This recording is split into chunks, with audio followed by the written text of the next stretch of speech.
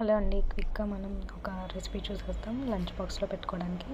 నేను chopper box తీసుకొని చాలా చిన్నగా కోసేసుకున్నాను ఉల్లిపాయలు. అండ్ ఉల్లిపాయలు వేసి తర్వాత సరిపడా ఉల్లిపాయలు వేసుకున్న తర్వాత మనం ఫ్రై చేసిన తర్వాత పచ్చిమిర్చి, ఈ కరివేపాకుని అండ్ కొత్తిమీర వేసేసుకుని ఫ్రై చేసేసుకుంటున్నాను.